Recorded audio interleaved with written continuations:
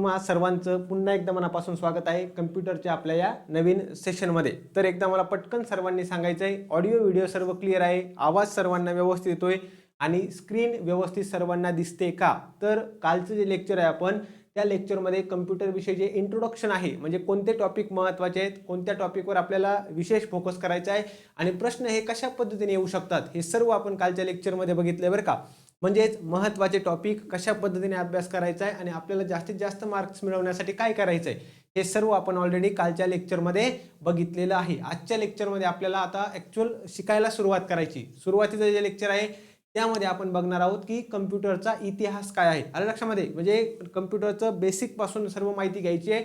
आणि त्याचबरोबर आज आपण बघणार आहे कम्प्युटर जनरेशन्स, आपण म्हणलं ना पहिल्या पिढीचा, दुसऱ्या पिढीचा, तिसऱ्या पिढीचा कम्प्युटर, या प्रकारची सुद्धा माहिती आजच्या लेक्चरमध्ये आपल्याला घ्यायची आहे। एकदा मला सर्वांनी फक्त सांगा, ऑडिओ व्हिडिओ सर्व क्लिअर आहे, सर्वांना आवाज व्यवस्थित येतोय आणि स्क्रीन सर्वांना व्यवस्थित दिसते का, जेणेकरून आपल्याला काय करता येईल, लगेच आपल्या लेक्चरला सुरुवात करता येईल। Clear, all clear. चलो आपण करूयात लेक्चरला सुरुवात। महत्त्वाचं म्हणजे आपल्याला आजच्या लेक्चरमध्ये बघायचा आहे कम्प्युटरचा इतिहास। सर्वांनी व्यवस्थित लक्ष द्या, शेवटपर्यंत लेक्चर व्यवस्थित बघितलं तर सर्व गोष्टी तुम्हाला काय होणार आहे, आरामात क्लिअर होणार आहेत, एवढं सर्वांनी लक्षात घ्यायचं आहे। आता आपण जर बघितलं तर संगणकाची पार्श्वभूमी आधुनिक काळाच्या अगोदर नेमकं कशा पद्धतीने, आता तुम्हाला एक सिंपल पॉईंट सांगतो, कम्प्युटर हा शब्द नेमकं कशा पद्धतीने या शब्दाची उत्पत्ती झाली हे जर आपल्याला बघायचं असेल तर एक शब्द होता लॅटिन भाषेमधला, तर सर्वांनी लक्ष द्या बरं का। बघा या प्रकारे कम्प्युटर सारखंच तुम्हाला याचं स्पेलिंग दिसेल, व्यवस्थित थोडंसं कम्प्युटर सारखं स्पेलिंग दिसतंय, बरोबर आहे। तर हा एक लॅटिन भाषेमधला शब्द होता, याचा अर्थ होता कॅल्क्युलेशन करणं। काय, कॅल्क्युलेट, याचा अर्थ काय होतो, कॅल्क्युलेट करणं, किंवा आपण काय म्हणू शकतो, गणना करणे। काय करणं, कॅल्क्युलेशन करणं म्हणजेच काय, या ठिकाणी थोडक्यात लक्षात ठेवायचं आकडेमोड करणं। आणि या शब्दापासून तयार झालेला शब्द कोणता आहे, कम्प्युटर। यापासून कोणता शब्द तयार झाला, कम्प्युटर, हे तुम्हाला लक्षात ठेवायचं आहे। सिंपल, आपण काय केलं, बेसिक पासून बघतोय बरं का। तुम्हाला सर्व गोष्टी मी व्यवस्थित सांगणार आहे, सर्व गोष्टी काय होतील तुमच्या व्यवस्थित क्लिअर होतील, हे तुम्हाला महत्त्वाचं लक्षात ठेवायचं आहे। जर कधी विचारलं कम्प्युटर हा शब्द कोणत्या शब्दापासून आलेला आहे, तर बघा कॉम्प्युटर सारखं दिसतंय, उच्चार काय कॉम्प्युटर सारखाच होतोय, परंतु याचं स्पेलिंग आहे COMPUTERA आणि हा कोणत्या भाषेमधला शब्द आहे, लॅटिन भाषेमधील शब्द आहे। तुम्हाला जर विचारलं याचा अर्थ काय होतो, तर याचा अर्थ होतो कॅल्क्युलेशन करणं, गणना करणं, आकडेमोड करणं, आणि यापासून शब्द तयार झालाय कम्प्युटर। म्हणजेच आपण ज्याला आज काय म्हणतो, संगणक असं म्हणतो। काय म्हणतो, संगणक। इथपर्यंत सर्वांना क्लिअर आहे। बेसिक माहिती मी सर्वांना सांगणार आहे आणि आपण जे पण महत्त्वाचं आहे ते सर्व डिटेलमध्ये या ठिकाणी व्यवस्थित घेण्याचा प्रयत्न करणार आहे। फक्त सर्वांनी व्यवस्थित लक्ष द्यायचंय, सर्वांना नोट्स मिळणार आहेत, काही त्याचं टेन्शन घ्यायचं नाही, फक्त लेक्चरमध्ये काय करा, व्यवस्थित लक्ष द्यायचं आहे। आता कम्प्युटर काम काय करतं तुम्हाला मी सांगतो। आपण सुरुवातीला मी तुम्हाला सांगितलं काहीतरी आपण काय करणार, इनपुट देणार, आलं लक्षामध्ये, त्यावर कम्प्युटर काम करतं प्रोसेस करायचं, आणि आपल्याला जे पण एक्सपेक्टेड आउटपुट आहे ते काय करणार, या ठिकाणी देणार आहे। समजलं सर्वांना, इथपर्यंत क्लिअर आहे। बघा कम्प्युटर शब्द लॅटिन भाषेतून आलेला आहे, लॅटिन भाषेतील एका शब्दापासून कम्प्युटर या शब्दाची काय झाली, उत्पत्ती झाली किंवा निर्मिती झाली असं आपण म्हणू शकतो बरं का। आणि त्यानंतर याचा अर्थ काय होतो, गणना करणं किंवा कॅल्क्युलेशन्स करणं। क्लिअर सर्वांना, गणना करणं किंवा कॅल्क्युलेशन करणं। अजून तुम्हाला दोन टर्म सांगायच्यात, मला सांगा, डेटा आणि इन्फॉर्मेशन। डेटा एक शब्द आहे आणि दुसरा आहे इन्फॉर्मेशन। आता या दोघांमध्ये काय फरक आहे, कुणी सांगू शकतं का, डेटा आणि इन्फॉर्मेशन यामध्ये काय फरक आहे, कुणी सांगू शकतं का, मला सांगा बरं। चलो, डेटा आणि इन्फॉर्मेशन यामध्ये काय फरक आहे, कुणी सांगू शकतं का, चला पटपट सांगायचं सर्वांनी, आणि जे प्रश्न विचारले जातील त्याचं उत्तर देण्याचा प्रयत्न करा बरं का।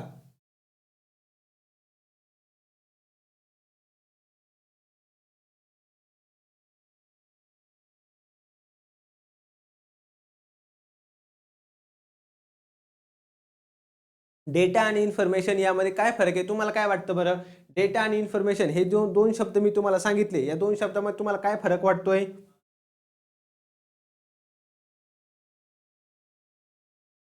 चलो पटपट सांगा सर्वांनी, पटपट सांगा। लक्षात ठेवा, आता मी जर डेटा म्हटलं ना, यामध्ये तुम्हाला काय दिसतील, अक्षर, काही दिसतील अंक आणि काही दिसतील चिन्ह. लक्षात ठेवा बरं का, यामध्ये सुद्धा इन्फॉर्मेशन मध्ये सुद्धा काय असणार आहे, काही अंक असणार आहेत, काही चिन्ह असणार आहेत आणि महत्वाचं काही अक्षरे असणार आहेत. परंतु लक्षात ठेवा, मी जर तुम्हाला आता एक्झाम्पल देऊन सांगतो बरं का, यावर डेटा म्हणजे काय, अशा प्रकारची गोष्ट. डेटा म्हणजे काय, ज्यावर कोणतीही प्रोसेस झालेली नाहीये. डेटा म्हणजे काय, ज्यावर काहीही प्रोसेस झालेली नाहीये. आणि इन्फॉर्मेशन म्हणजे काय, ज्यावर प्रोसेस झालेली आहे, ज्या माहितीवर कोणत्याही प्रकारची प्रोसेस झालेली नाहीये, तो म्हणजे काय, डेटा. आणि इन्फॉर्मेशन म्हणजे काय, ज्या माहितीवर काय झालेली आहे, प्रोसेस झालेली आहे, त्याला आपण काय म्हणू शकतो, त्याला आपण म्हणू शकतो इन्फॉर्मेशन. आता मी तुम्हाला सिंपल एक एक्झाम्पल देतो, सिंपल एक्झाम्पल बरं का. मी तुम्हाला सांगितलं, या ठिकाणी लक्ष द्या सर्वांनी, 1 मिनिट क्लिअर होईल. मी तुम्हाला सांगितलं गणेश नाही, या ठिकाणी आपण घेऊ पुणे 32, त्यानंतर MG रोड, आलं लक्षामध्ये. आणि तुम्हाला काहीतरी अजून एक नंबर दिला 411-305. असं मी तुम्हाला फक्त काय केलं, काही आकडे दिले किंवा तुम्हाला मी असे आकडे दिले. आधी सांगितलं 41, नंतर सांगितलं 22, नंतर सांगितलं 83. मी काय केलं, तुम्हाला फक्त अशा प्रकारे आकडे दिले. काय दिलं तुम्हाला, यातून काही कळणार आहे का. मी तुम्हाला सांगितलं पुणे 32, MG रोड 83, 22, 42, 41 असं जर माहिती दिली तर यावर काही तुम्हाला कळणार आहे का, नाही कळणार आहे. आपण काय म्हणू शकतो, आपण याला काय म्हणू शकतो, ही जी माहिती आहे फक्त आपल्याला काय करू शकते, फक्त माहिती दिसते आपल्याला, यावर कोणत्याही प्रकारची काय झालेली नाही आहे, प्रोसेस झालेली नाही. आता जर मी तुम्हाला सांगितलं की महत्त्वाचं लक्षात ठेवा, MG रोड त्यानंतर सपोज सांगितलेलं असेल की नंबर 32 MG रोड पुणे आणि पुढे लिहिलेलं आहे 412283. तुमच्या लक्षात येईल हा काय सांगितलाय, कुठला तरी पत्ता सांगितलाय. जर या पद्धतीने जर मी लिहिलं, मग लक्षात ठेवा बरं का, मी काय म्हटलं, जर या पद्धतीने मी तुम्हाला माहिती सांगितली तर ती काय झाली, इन्फॉर्मेशन झाली. डेटा म्हणजे काय, फक्त अक्षर अंक चिन्ह एकत्र केले, फक्त एवढंच. परंतु त्यावर ज्यावेळेस प्रोसेस होते, ज्यावेळेस काय केलं आपण, प्रोसेस केली, तर त्याचा कशामध्ये रूपांतर होतं, इन्फॉर्मेशन मध्ये रूपांतर होतं. हे तुम्हाला सिंपल लक्षात ठेवायचं बरं का. एकदम सोप्या गोष्टी आहेत, काही अवघड नाहीये. तुम्ही काय येस आपण असं म्हणू शकता, डेटा म्हणजे काय, कच्ची माहिती, लक्षात रॉ इन्फॉर्मेशन, रॉ गोष्ट आपण म्हणू शकतो बरं का. आणि त्यावर ज्यावेळेस प्रोसेस झाली तर त्याचं रूपांतर कशामध्ये होतं, इन्फॉर्मेशन मध्ये होतं. हे तुम्हाला परीक्षेच्या दृष्टीने लक्षात ठेवायचं आहे. सिंपल पॉईंट आहे. काय काय बघितलं आपण, कम्प्युटर हा शब्द कशा पद्धतीने त्याची उत्पत्ती झाली, हे एक पॉईंट मी तुम्हाला सांगितला. डेटा आणि इन्फॉर्मेशन यामध्ये काय फरक आहे हे थोडक्यामध्ये सांगितलं. कम्प्युटरचा मेन यूज त्या काळी त्यांना कशासाठी करायचा होता, कॅल्क्युलेशनसाठी. बेसिक कशासाठी करायचा होता, कॅल्क्युलेशनसाठी. तुम्हाला लक्षात ठेवायचं आहे. क्लिअर आहे. चलो आता आपण काय करूया, एक एक पॉईंट व्यवस्थित बघण्याचा प्रयत्न करूया. मग सर्वात सुरुवातीला नेमकं काय होतं, कशा प्रकारे कॅल्क्युलेशन केले जात असेल, कशा प्रकारे आकडेमोड केली जात असेल, ते तुम्हाला सांगायचं. एकदम प्राचीन गणना साधनं म्हणजे काय, एकदम एन्शियंट इंडियामध्ये किंवा एन्शियंट हिस्ट्रीमध्ये कशा प्रकारे काय केलं जायचं, कॅल्क्युलेशन घ्यायचं. लक्षामध्ये कशा प्रकारे कॅल्क्युलेशन केलं जायचं ते पण तुम्हाला काय करायचं आहे, लक्षात ठेवायचं आहे.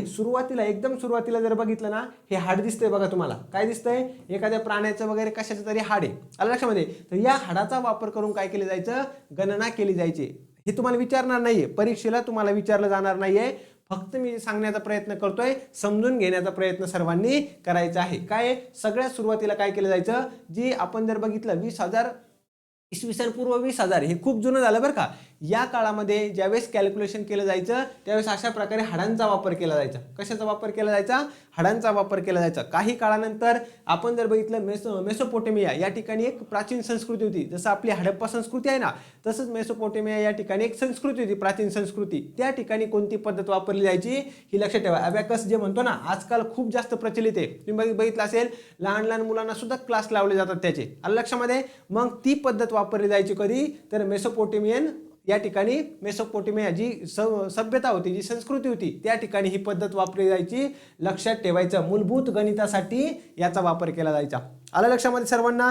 जर इन केस आपल्याला खूपच अवघड प्रश्न विचारायचा असेल आणि खूपच विचित्र प्रश्न विचारायचा असेल, मग असा प्रश्न विचारतील बरं का, की अबॅकसची पद्धत सर्वात पहिल्यांदा कुठं वापरली असेल, तर मेसोपोटेमिया जी संस्कृती आहे किंवा जी सभ्यता आहे त्या ठिकाणी वापरलेली तुम्हाला दिसून येणार आहे. त्यानंतर पुढच्या काळामध्ये जर आपण बघितलं तर ही नेपियरची हाडं गुणाकार आणि भागाकार करण्यासाठी वापरली जायची. त्यानंतर हे विचारणार नाहीये, जस्ट तुम्ही लक्षात ठेवा कशा प्रकारे काय झालंय, यामध्ये बदल होत गेलेला आहे. मी तुम्हाला विज्ञान शिकवताना सुद्धा बऱ्याच वेळा सांगितलेलं आहे, ज्या वेळेस आपण कोणताही शोध कशाबद्दल देखील शिकत असेल, कोणत्याही शोधाबद्दल जर शिकत असेल ना, तर सर्वात बेसिक सुरुवातीपासून कुणी काय काय केलंय ते खूप जास्त महत्त्वाचं असतं.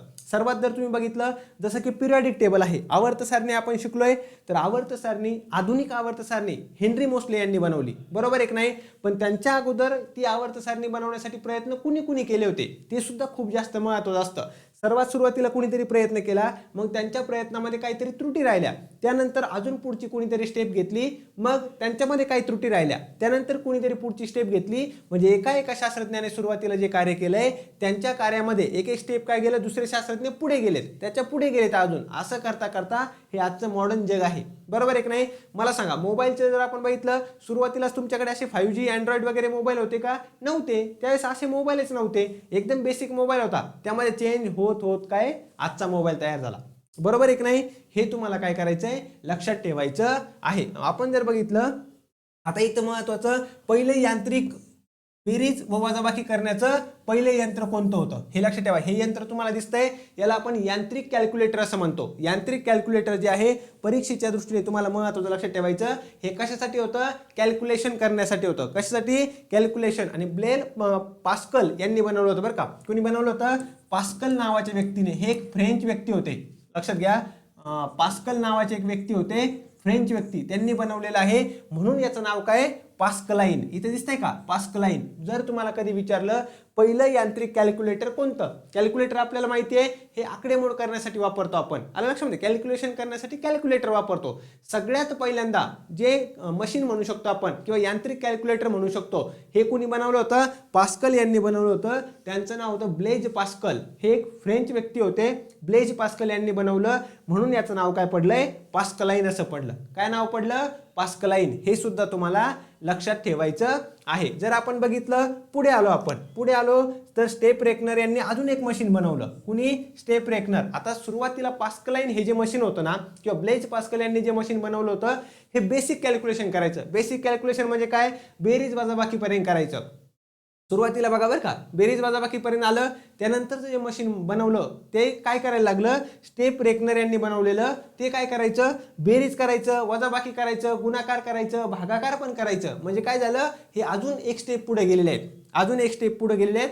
तुमच्यासाठी महत्त्वाचे व्यक्ती कोण आहेत, तर ब्लेझ पास्कल. लक्षात ठेवा, पास्कल जरी लक्षात ठेवा, त्यांचं नाव काय होतं, त्यांच्या यंत्राचं मशीनचं आपण म्हणू शकतो पास्कलाइन होतं. हे काय करायचं, बेरीज वजाबाकी करणारं पहिलं यांत्रिक म्हणजे यंत्र. थोडक्यात एवढं तुम्हाला काय करायचंय, लक्षात ठेवायचं आहे. समजतंय सर्वांना, एकदम बेसिक माहिती, जे प्रश्न विचारले जाऊ शकतात ते सर्व मी तुम्हाला या ठिकाणी सांगितलेले आहे. क्लिअर सर्वांना. त्यानंतर महत्त्वाचं जर आपण बघितलं तर चार्ल्स बॅबेज यांचं नाव तुम्हाला लक्षात ठेवायचं. चार्ल्स बॅबेज यांच्याबद्दल का बरं लक्षात ठेवायचंय, कोणाला सांगता येईल का, सांगा पटपट सर्वांना.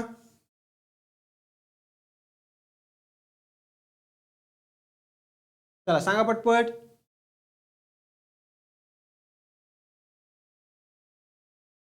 लक्षात ठेवा, चार्ल्स बॅबेज यांच्यावर आतापर्यंत खूप आणि खूप वेळा प्रश्न विचारला बरं का. लक्षात ठेवा, चार्ल्स बॅबेज यांना काय म्हणतात, संगणकाचे जनक असं म्हणतात.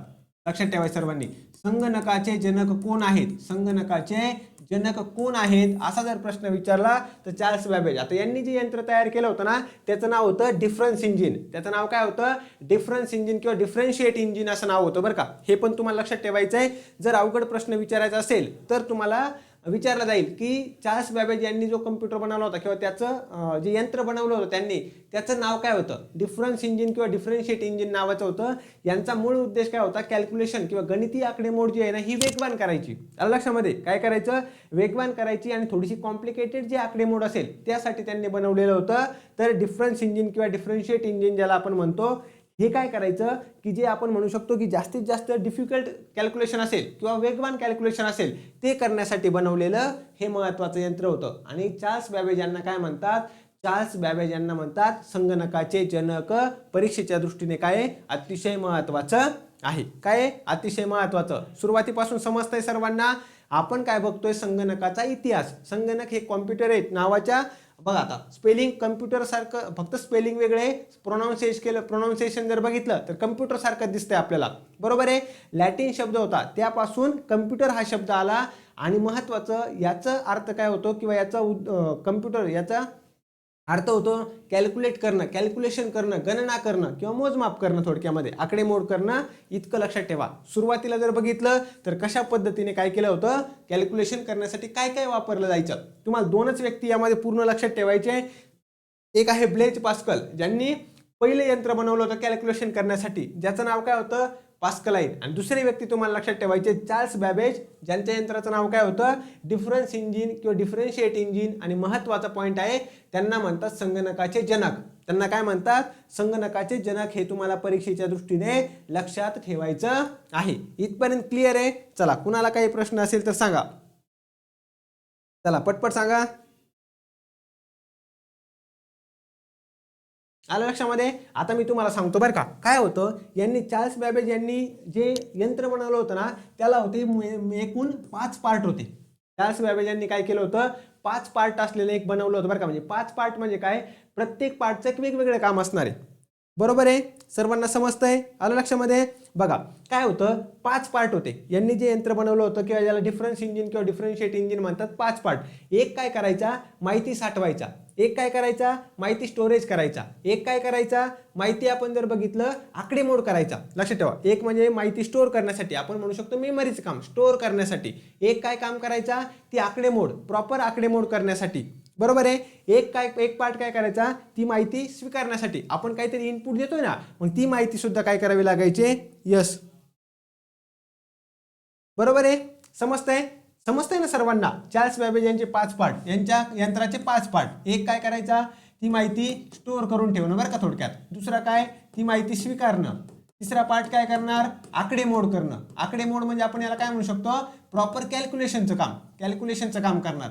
महत्वाचं लक्षात ठेवा, जो चौथा पार्ट होता तो काय करायचा, थोडक्यात ती तुमचं उत्तर दाखवणं. तुमचं काय करायचं, उत्तर दाखवायचं. आणि शेवटचा पार्ट काय करायचा, सर्वांवर नियंत्रण ठेवणं, सर्वांवर नियंत्रण ठेवायचं काम करायचा. असे 5 पार्ट होते बरं का. या डिफरन्शिएट इंजिनमध्ये 5 पार्ट होते.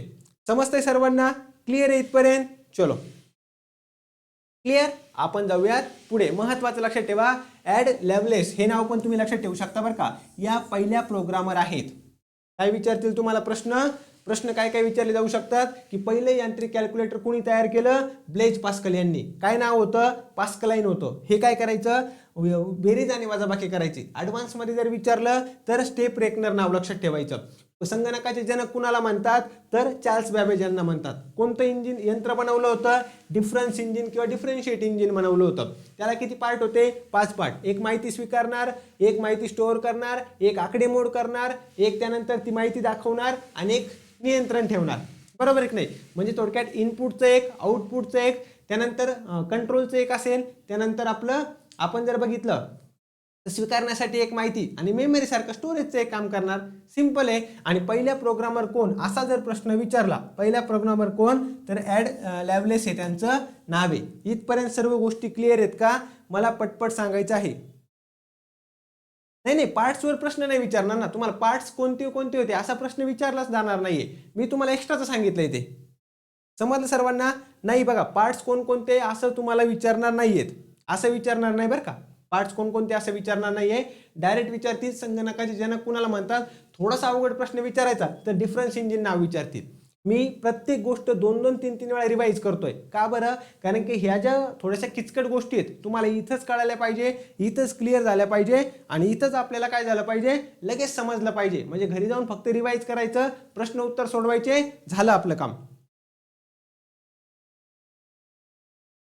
क्लिअर आहे. चलो चला, सर्वांना समजतंय का. बघा एक मिनिट सांगतो. बघा आत्ताचं कम्प्युटरचं स्पेलिंग काय आहे मला सांगा बरं. आत्ताचं कम्प्युटरचं स्पेलिंग आपण काय लिहितो, बरोबर आहे का, असंच लिहितो ना, बरोबर आहे, असंच लिहितो. आधी काय होतं, हा लॅटिन शब्द आहे. हा कोणता शब्द आहे, लॅटिन शब्द आहे. याचा अर्थ काय होतो, कॅल्क्युलेशन करणं, कॅल्क्युलेट किंवा कॅल्क्युलेशन करणं, बरोबर आहे. यापासून हा शब्द तयार झालाय कम्प्युटर, ज्याला आपण संगणक असं म्हणतो, ज्याला आपण काय म्हणतो, संगणक. सिंपल आहे, क्लिअर आहे सर्वांना. त्यांनी जे 5 पार्ट बनवले होते, किती आपण म्हणू शकतो हे 5 पार्ट आहेत. एक काय करणार आहे, माहिती स्वीकारणं, माहिती स्वीकारली, बरोबर आहे. त्यानंतर दुसरा काय करायचा, माहिती साठवणं. त्यानंतर तिसरा काय करणार, आकडेमोड करणार, आकडेमोड करणार. चौथा काय करणार, या ठिकाणी ती माहिती जे उत्तर आहे ते दर्शवणार, उत्तर दर्शवणे थोडक्यात. आणि शेवटचा पार्ट काय करायचा, तो या ठिकाणी नियंत्रण ठेवायचा, नियंत्रण ठेवायचा. आलं लक्षामध्ये. आता तुम्ही बघा बरं का, तुम्हाला मी थोडक्यात सांगतो. आजच्या काळामध्ये जर आपण बघितलं तर तुम्ही काय सीपीयू बघितलेलं आहे आपण. सीपीयू मध्ये वेगवेगळे घटक आहेत. आलं लक्षामध्ये. Arithmetic and logic unit, memory unit, control unit, ते आपल्याला शिकायचंय. या ठिकाणी स्वीकारणं म्हणजे काय, थोडक्यात तुम्ही इनपुट समजून घ्या. हे काय आहे, इनपुट डिव्हाइसचं काम काय आहे, माहिती देणं. साठवणं हे काय आहे, थोडक्यात मेमरीचं काम आहे.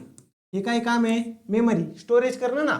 आकडेमोड, आकडेमोड करणं म्हणजे काय करणं, ऍक्च्युअल प्रोसेस करणं किंवा प्रोसेसिंग करणं, जे सीपीयू काम करतो. उत्तर दर्शवणं म्हणजे काय, थोडक्यात आउटपुट, आउटपुट. आलं लक्षामध्ये. आणि नियंत्रण ठेवणं म्हणजे काय, थोडक्यात कंट्रोल युनिट, कंट्रोल युनिट. आलं लक्षामध्ये. तुम्हाला हे दिसून येईल आजच्या काळामध्ये काय आहे आणि त्यावेळेस त्यांनी जे मशीन बनवलं त्यामध्ये हे 5 पार्ट काय काम करत होते.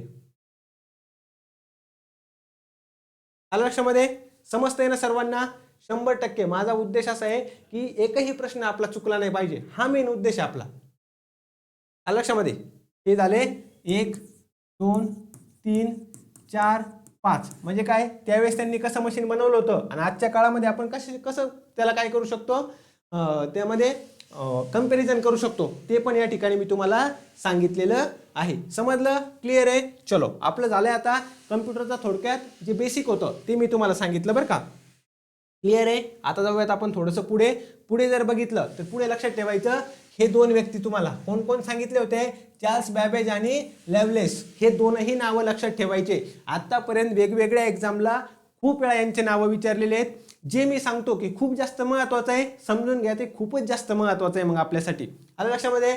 चार्ल्स बॅबेज यांनी काय केलं होतं, संगणकाचे जनक यांना म्हणतात. यांची कन्सेप्ट कोणती होती, ॲनालिटिकल इंजिनची कन्सेप्ट होती. प्रश्न 2 पद्धतीने विचारला जाऊ शकतो. पहिला प्रश्न काय विचारतील, सांगा संगणकाचे जनक कुणाला म्हणतात. संगणकाचे जनक कुणाला म्हणतात, चार्ल्स बॅबेज यांना म्हणतात. आणि त्यांची कन्सेप्ट काय होती, ॲनालिटिकल इंजिन. एवढंच फक्त सिंपल आहे. चलो, थँक्यू सर्वांना, थँक्यू.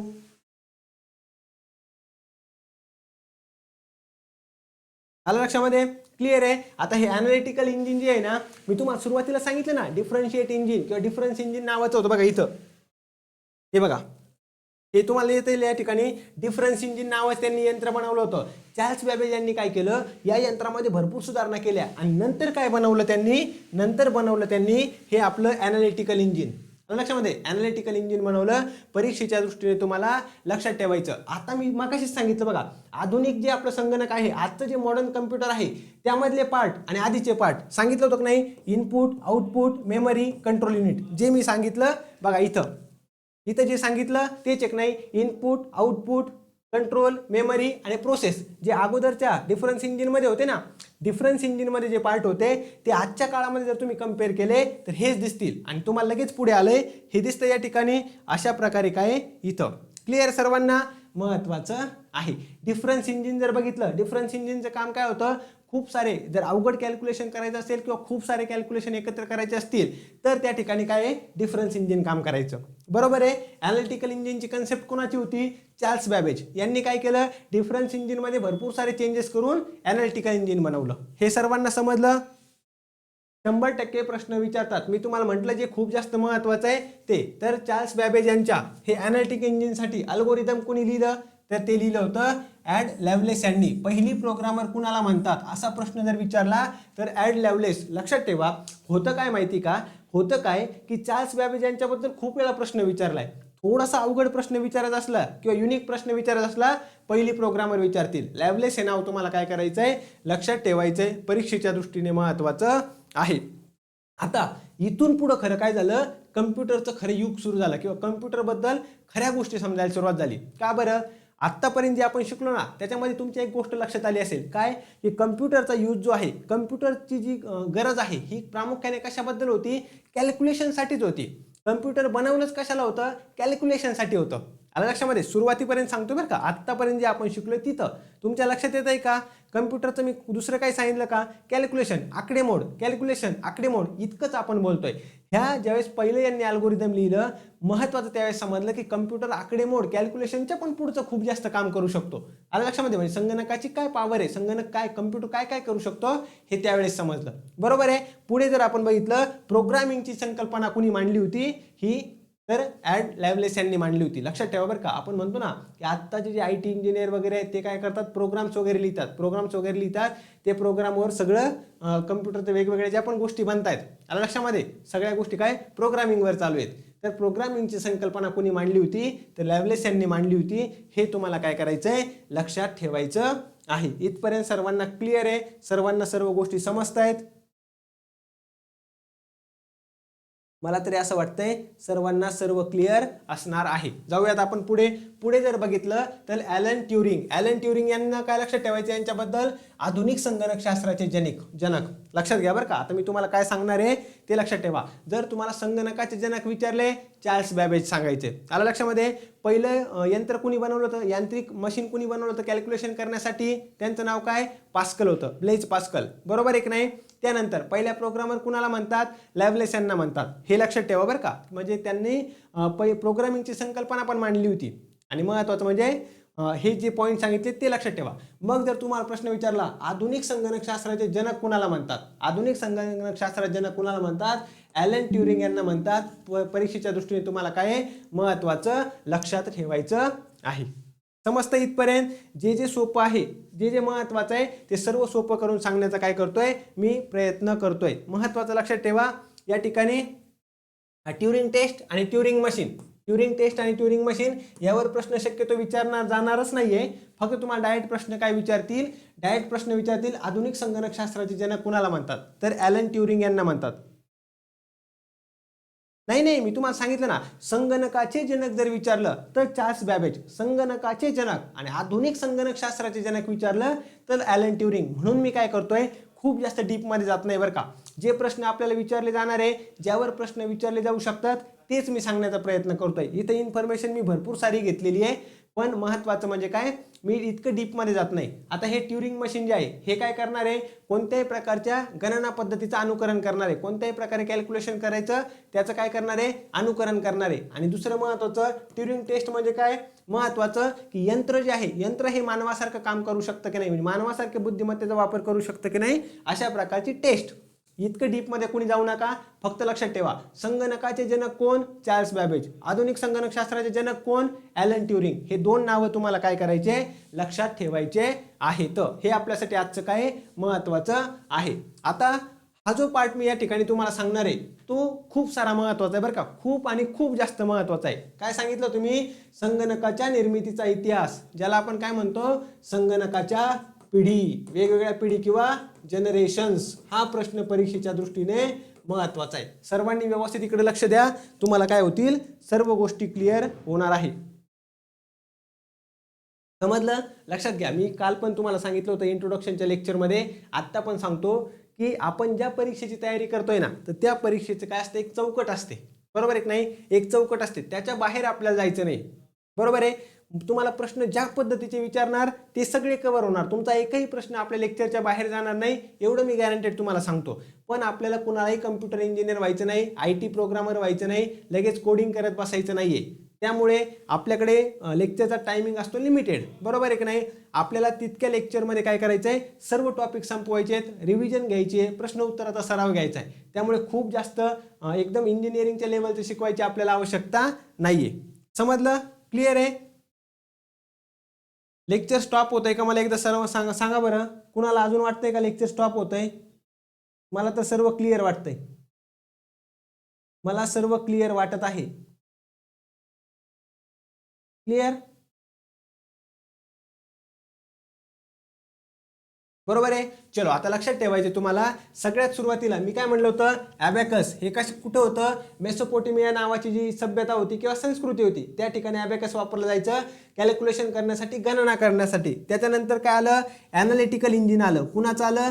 चार्ल्स बॅबेज यांचं. बरोबर आहे? हे महत्त्वाचं आहे. त्याच्यानंतर महत्त्वाचं लक्षात ठेवायचं आहे, पहिली पिढी, दुसरी पिढी, तिसरी पिढी, चौथी पिढी आणि शेवटचा आहे 5वी पिढी. आता यामध्ये महत्त्वाचं कशाचा वापर केलेला आहे हे तुम्हाला लक्षात घेणं गरजेचं आहे. काय आहे? पहिली पिढी ही कशावर आधारित होती? व्हॅक्यूम ट्यूब्सवर. प्रश्न विचारला जातो बरं का. पहिली पिढी, दुसरी, तिसरी, चौथी, 5वी हे तुम्हाला पाठच पाहिजे किंवा जोड्या जुळवामध्ये सुद्धा प्रश्न विचारला जाऊ शकतो. आता ही पहिली पिढीचं जे कम्प्युटर होते त्याच्यामध्ये कशाचा वापर केला होता? व्हॅक्यूम ट्यूबचा वापर केला होता. आलं लक्षामध्ये? कशाचा? व्हॅक्यूम ट्यूबचा. महत्त्वाचं लक्षात ठेवा, जे इलेक्ट्रिक सिग्नल आहेत ना, इलेक्ट्रिक सिग्नल कंट्रोल करण्यासाठी कशाचा वापर केला होता? व्हॅक्यूम ट्यूबचा वापर केला होता. असा प्रश्न तुम्हाला काय केला जाऊ शकतो? विचारला जाऊ शकतो. आणि महत्त्वाचं, डेटा स्टोअर करण्यासाठी मॅग्नेटिक ड्रमचा वापर केला होता. इतकं तर डीपमध्ये जाणार नाही, तरी पण काही गोष्टी मी तुम्हाला सांगतो. लक्षात ठेवा, इलेक्ट्रिक सिग्नल कंट्रोल करण्यासाठी पहिल्या पिढीमध्ये काय वापरलं होतं? व्हॅक्यूम ट्यूबचा वापर केला होता. आणि दुसरी महत्त्वाची गोष्ट, डेटा स्टोअर करण्यासाठी मॅग्नेटिक.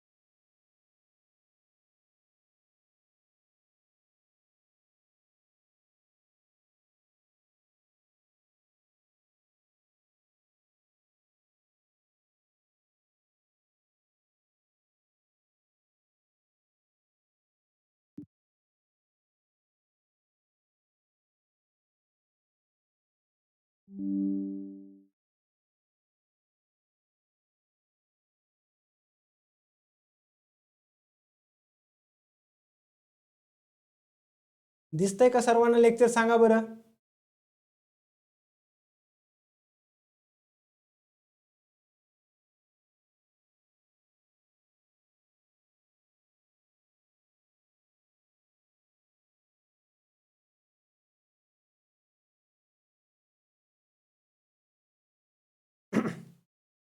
लेक्चर दिसतंय का? आता क्लिअर आहे का?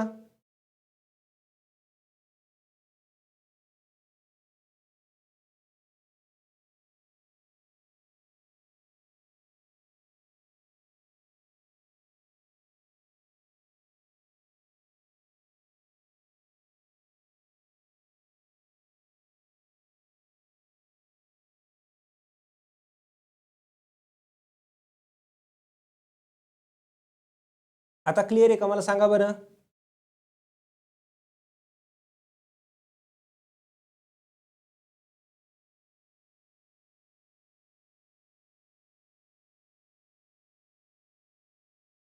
आता क्लिअर आहे?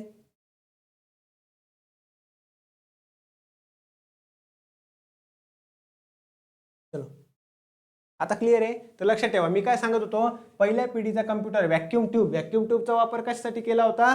इलेक्ट्रिक सिग्नल कंट्रोल करण्यासाठी. महत्त्वाचं लक्षात ठेवा.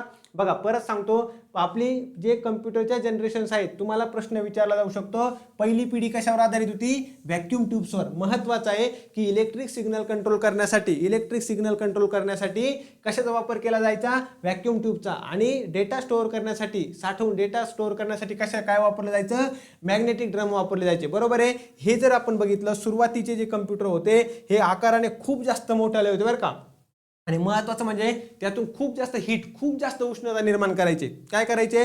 खूप जास्त उष्णता निर्माण करायचे. याचं जर तुम्ही एक्झाम्पल बघितलं तर ENIAC नावाचं हे एक्झाम्पल आहे बरं का. काय आहे ENIAC नावाचं. आणि यामधली जी मशीन लँग्वेज होती लक्षात ठेवा बरं का, हे मशीन लँग्वेजचा वापर करायचा. म्हणजे 0 आणि 1च्या स्वरूपात जी असते ना, 0 आणि 1च्या स्वरूपामध्ये, 0 आणि 1च्या, तर त्या मशीन लँग्वेजचा वापर या कम्प्युटरमध्ये व्हायचा. हा पहिला पॉईंट आहे. दुसरी महत्त्वाची गोष्ट, ENIAC हे त्याचं काय एक्झाम्पल आहे. आता तुमच्यासाठी एक प्रश्न आहे, या ENIACचा फुल फॉर्म काय आहे हा मला सर्वांनी सांगायचा आहे. मी सांगणार नाहीये, हे तुम्ही मला सांगायचं आहे. समजतंय सर्वांना काय काय सांगितलंय मी? पहिल्यांदा आपली ही 5 पिढ्या तुम्हाला लक्षात ठेवायच्यात. पहिली पिढी जी आहे ही व्हॅक्यूम ट्यूबवर आधारित होती. इथं तुम्हाला मी साल पण सांगितलं, पण मुद्दामून मी सांगत नाही, कारण की बऱ्याच ठिकाणी तुम्हाला हे वेगवेगळे दिसतील बरं का. हे वेगवेगळे दिसतील आणि हे साल तुम्हाला विचारण्याची शक्यता खूपच कमी आहे. खूप म्हणजे खूप जास्त कमी आहे बरं का. फक्त लक्षात ठेवायचं आहे, पहिली पिढी व्हॅक्यूम ट्यूब्सवर आधारित होती. इलेक्ट्रिक सिग्नल कंट्रोल करण्यासाठी. मॅग्नेटिक ड्रमचा वापर कशाला केला जायचा? डेटा स्टोअर करण्यासाठी. 0 आणि 1च्या स्वरूपात म्हणजे मशीन लँग्वेज आहे त्याचा वापर होता. एक्झाम्पल काय आहे? ENIAC. आणि हे कम्प्युटर कसे होते? आकाराने खूप जास्त मोठे होते, खूप मोठे, एका रूम एवढाले. आणि दुसरी महत्त्वाची गोष्ट म्हणजे काय, हे खूप मोठ्या प्रमाणामध्ये काय करायचे? उष्णता निर्माण करायचे. काय करायचे? खूप मोठ्या प्रमाणामध्ये उष्णता निर्माण करायचे. हे तुम्हाला लक्षात ठेवायचं आहे. क्लिअर आहे सर्वांना? आता पुढची पिढी कशावर आधारित होती? ट्रान्झिस्टर्सवर. लक्षात ठेवा बरं का. पुढची पिढी कशावर आधारित होती? ट्रान्झिस्टरवर आधारित होती. यामुळे काय झालं? त्या संगणकाचा, त्या कम्प्युटरचा आकार कमी झाला. काय झालं? संगणकाचा आकार कमी झाला. आणि या ठिकाणी डेटा स्टोअर करण्यासाठी मॅग्नेटिक कोअरचा वापर सुरू झाला. कशाचा? मॅग्नेटिक कोअरचा. हे प्रश्न तुम्हाला इतकं डीपमध्ये विचारणार नाहीयेत, पण लक्षात ठेवा. पहिली पिढी व्हॅक्यूम ट्यूब्सवर आधारित, दुसरी पिढी ट्रान्झिस्टर वापरायला लागले. संगणकाचा आकार काय झाला? कमी झाला. डेटा स्टोअर करण्यासाठी काय वापरायचे? मॅग्नेटिक कोअरचा वापर करायचे.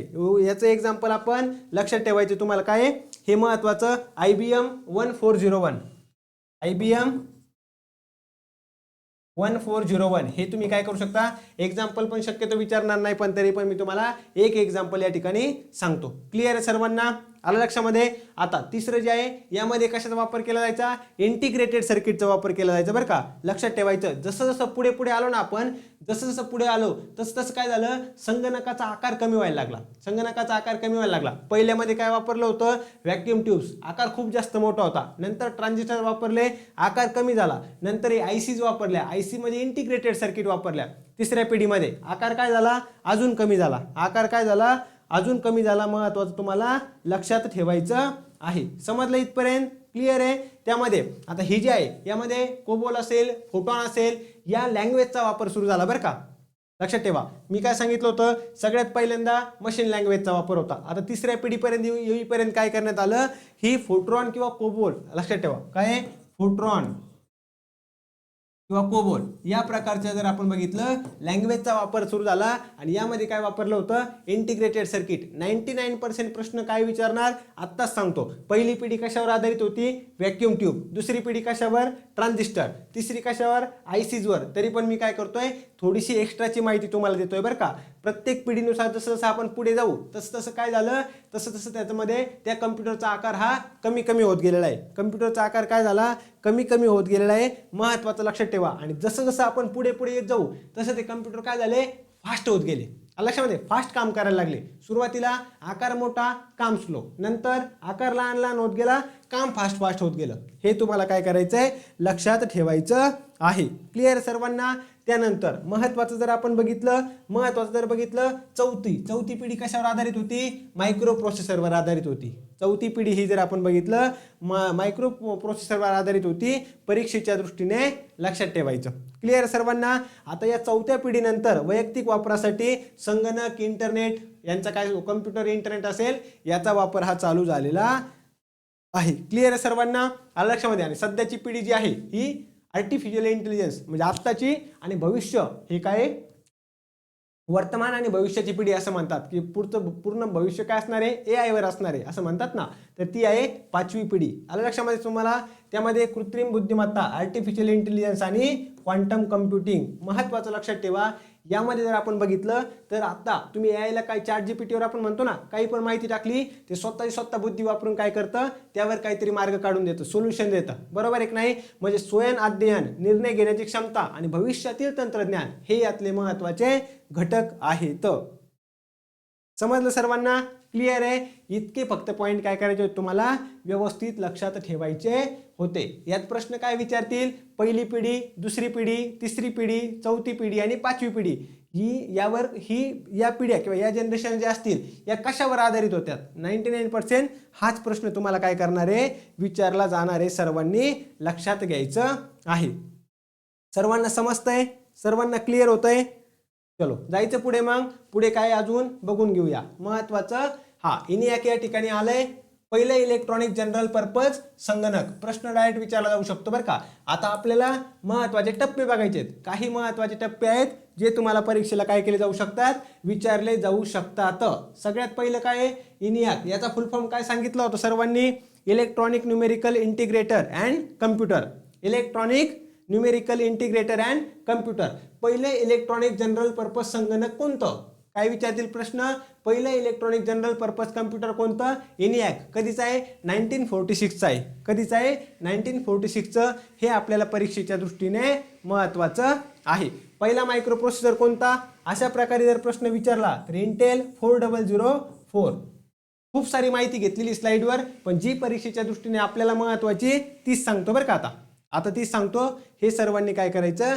लक्षात ठेवायचं आहे. काय यामध्ये एवढंच महत्वाचं आहे. आता हे जे ENIAC आहे हे काय होतं? याचे काही फंक्शन्स तुम्हाला लक्षात ठेवायचे. एक म्हणजे पूर्णपणे इलेक्ट्रॉनिक होतं. यामध्ये हजारो व्हॅक्यूम ट्यूबचा वापर केला होता. महत्वाचं प्रचंड आकार आणि ऊर्जेचा वापर होता. सुरुवातीला सांगितलं ना, पहिली पिढी ही कशावर आधारित होती?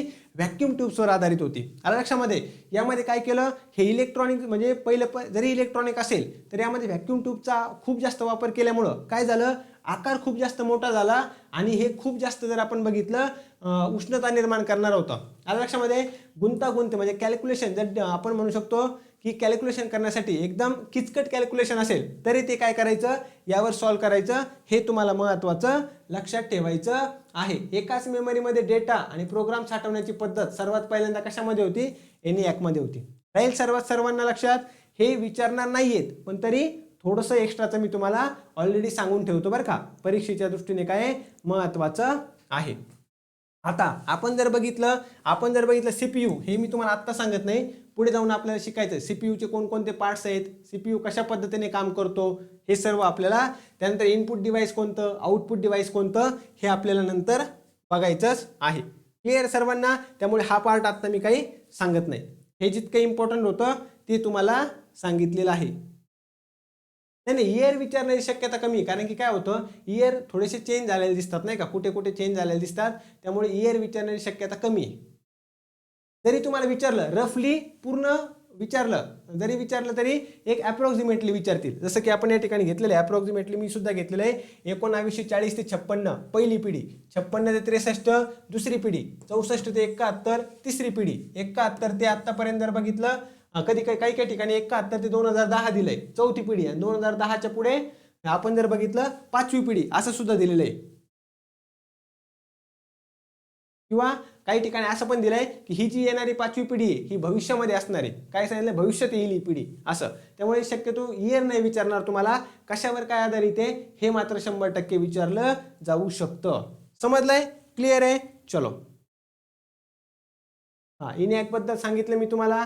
काय काय बघितलं आता आपण? पहिले इलेक्ट्रॉनिक जनरल पर्पज कम्प्युटर हे सर्व सांगितलंय. मायक्रो प्रोसेसर पहिला कोणता होता? इंटेल 4004 हे पण सांगितलंय. आपल्या CPU वगैरे ते बघायचंय. पुढे आहे का काही राहिलेलं? चलो आता आपण भारताच्या संदर्भात संगणकाचा काय इतिहास आहे ना ते थोडक्यात सांगतो. 1-2 लाईन मध्ये फक्त ते झालं की मला असं वाटतं मग आपलं काही राहिलंय का?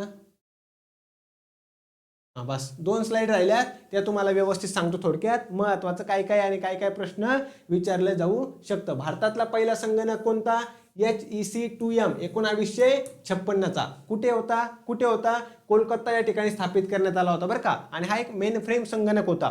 संगणकाचे जे टाईप आहेत ते आपल्याला उद्याच्या लेक्चरमध्ये शिकायचे आहेत. फक्त सध्या एवढं लक्षात ठेवा, भारतातील पहिला संगणक कधीचा? 1956 HEC2M होता. आलं लक्षामध्ये? भारतातला पहिला सुपर कम्प्युटर कोणता? हा प्रश्न मात्र तुम्हाला विचारला जाऊ शकतो बरं का. भारतातला पहिला सुपर कम्प्युटर कोणता? परम 8000 परम 8000 हे सर्वांनी काय करा स्टार करून ठेवा, स्टार करून ठेवा. मला असं वाटतं हा प्रश्न तुम्हाला विचारतील. एकतर संगणकाचे जनक कोण हा तरी प्रश्न विचारतील किंवा भारतातला पहिला सुपर कम्प्युटर कोणता हा प्रश्न विचारला जाऊ शकतो. परम 8000 लक्षात ठेवा. परम 8000 1991 ला बनवलेला भारताचा पहिला सुपर कम्प्युटर आहे.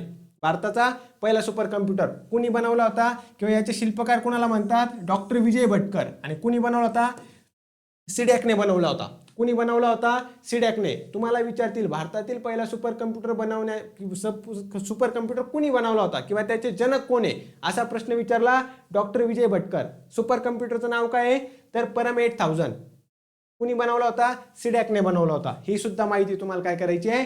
लक्षात ठेवायची आहे. पहिला स्वदेशी संगणक कोणता आहे? त्याचं नाव आहे सिद्धार्थ. त्याचं नाव काय आहे? सिद्धार्थ. हे महत्वाचं लक्षात ठेवायचं आहे. समजतंय सर्वांना? समजतंय? हे सर्व 3 पॉइंट लक्षात ठेवा. हे इतकं आपल्यासाठी इम्पॉर्टंट नाहीये. मला सांगा आजच्या लेक्चरमध्ये आपण काय काय बघितलं? संगणकाचं सर्वात सुरुवातीचं बेसिक बघितलं की संगणकात का बरं बनवायची आवश्यकता पडली. सुरुवातीला बेसिक काय होतं? कॅल्क्युलेशन हाच एक पर्पज होता. नंतर समजलं की आपण संगणकाचे काय यापेक्षा पण जास्त यूज आहेत. मग संगणकाचे जनक कुणाला म्हणतात? त्यानंतर आपण जर बघितलं प्रोग्राम्स पहिला कुणी लिहिला होता लक्षामध्ये ते पण आपल्याला महत्त्वाचं लक्षात ठेवायचं आहे. परत जर आपण बघितलं पुढे ज्यांनी पहिले यांत्रिक जे बनवलं होतं ना पास्कलाइन नावाचं यंत्र बनवलं होतं त्यांच्याविषयी तुम्हाला थोडक्यात माहिती असणं गरजेचं आहे. संगणकाच्या पिढ्या जे कोणती पिढी कशावर आधारित आहे आणि त्यामध्ये जर आपण बघितलं काय काय टेक्नॉलॉजी होती हे सुद्धा थोडक्यात लक्षात राहू द्या बरं का. खूप जास्त डिटेलमध्ये नाही. जे परीक्षेसाठी महत्त्वाचं आहे तेवढं. आणि त्यानंतर भारतीय संदर्भात भारतातील पहिला संगणक नाव लक्षात ठेवा. भारतातील पहिला सुपर कम्प्युटर नाव लक्षात ठेवा. भारतातला पहिला स्वदेशी संगणक त्याचं पण नाव तुम्हाला काय करायचं आहे? लक्षात ठेवायचं आहे. हे सर्व महत्त्वाचे पॉईंट आहेत जे तुम्हाला परीक्षेच्या दृष्टीने विचारलं जाऊ शकतं. भारतातला जो पहिला कम्प्युटर होता ना हा आपण आयात केला होता बरं का, इम्पोर्ट केला होता. भारतामध्ये बनवलेला नव्हता. HEC2M जे म्हटलं ना मी हा 1956 ला भारतात आला पण आपण बनवला नव्हता, तो इम्पोर्ट केला होता. भारतामध्ये पहिल्यांदा स्वदेशी बनावटीचा कोणता होता? सिद्धार्थ होता. 1970च्या आसपास आलेला. आणि पहिला सुपर कम्प्युटर कोणता? परम 8000. इथपर्यंत जरी तुम्हाला समजलं यातले 1 ते 2 प्रश्न एक दोन नाही म्हणता येणार पण एखादा प्रश्न परीक्षेला 100% येणार म्हणजे येणार आहे. आता मला सांगा इथपर्यंत सर्व गोष्टी सर्वांना क्लिअर आहेत का?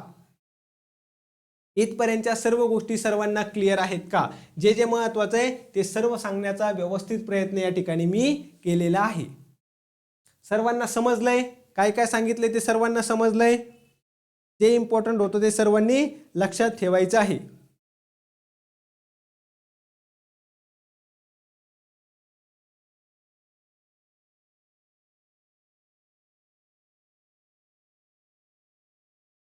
समजतंय? क्लिअर?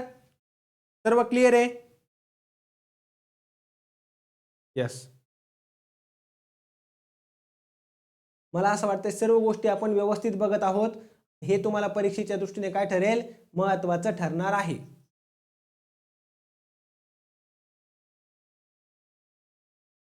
नाही नोट्स कुणी काढू नका. नोट्स पाठवणार आहे मी. या नोट्स तुम्हाला पाठवणार आहे. तुम्हाला फक्त लेक्चर व्यवस्थित बघायचं आहे, रिव्हिजन प्रॉपर करायची. आपण काय करणार आहे 4-4 5-5 लेक्चर झाले की क्वेश्चन आन्सरची प्रॅक्टिस घेणार आहे. 4-5 लेक्चर झाले क्वेश्चन आन्सरची प्रॅक्टिस. 4-5 क्वेश्चन झाले लेक्चर झाले लगेच क्वेश्चन आन्सरची प्रॅक्टिस. त्याच्यामुळे काय होणार आहे? त्याच्यामुळे होणार काय आहे की तुम्हाला असं नाही होणार पुढचं पाठ मागचं सपाट असं नाही होणार. तुम्ही बरोबर त्या एका आपण रिदममध्ये राहू. म्हणजे मागचा जरी 1-2 लेक्चर झाले आणि आपण 6व्या-7व्या लेक्चरला आलो तरी तुम्ही रिव्हिजन केल्यामुळं आणि प्रश्न उत्तरांचा सराव केल्यामुळे सर्व गोष्टी तुमच्या लॉंग टाईमसाठी लक्षात राहतील. यस 100% लक्षात राहतील. क्लिअर आहे? चलो थँक्यू सो मच. थांबूयात आपण या ठिकाणी. भेटूयात उद्याच्या आपल्या लेक्चरमध्ये. शक्यतो त्यामध्ये आपण CPU आणि इनपुट आउटपुट डिव्हाइस याबद्दलची माहिती, कम्प्युटरचे टाईप्स भरपूर सारं बघायचे. सर्व तुम्हाला डिटेलमध्ये शिकवणार आहे. इंग्लिश मराठी दोन्हीमध्ये पण घेऊ क्वेश्चन, टेन्शन घेऊ नका. सगळं घेणार, PYQ वगैरे सर्व घेणार. चलो थँक्यू सो मच सर्वांना. भेटूयात आपल्या उद्याच्या लेक्चरमध्ये. Thank you bye. हां पहिला तो परम कम्प्युटर 1991चा आहे बरं का. कुणीतरी प्रश्न विचारला 1991 पहिला सुपर कम्प्युटर आहे परम 8000. परम 8000 1991ला सिडॅकमध्ये बनवला. विजय भटकर हे नाव तुम्हाला लक्षात ठेवायचं आहे. परीक्षेच्या दृष्टीने अतिशय महत्त्वाचं आहे. यस चलो thank you so much. Thank you bye. चलो समजलं असेल आता सर्वांना. 1991 परम 8000 लक्षात ठेवा. चलो थँक्यू बाय सर्वांना.